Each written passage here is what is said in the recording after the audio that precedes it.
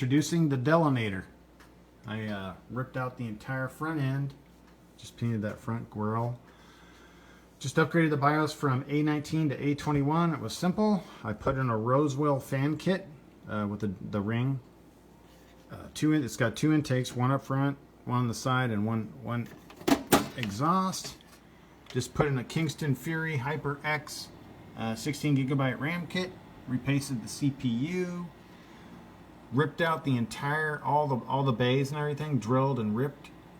Put in a Rosewill 550 gold power supply and a GTX 960. And I'm just waiting to replace the Core i3 with a Core i7 second generation 2600. I had to rip that metal out right there to get that power supply in there. Stuffed. But I put the old SSD from my old computer in here and it self-adjusted itself. Now it's up and running.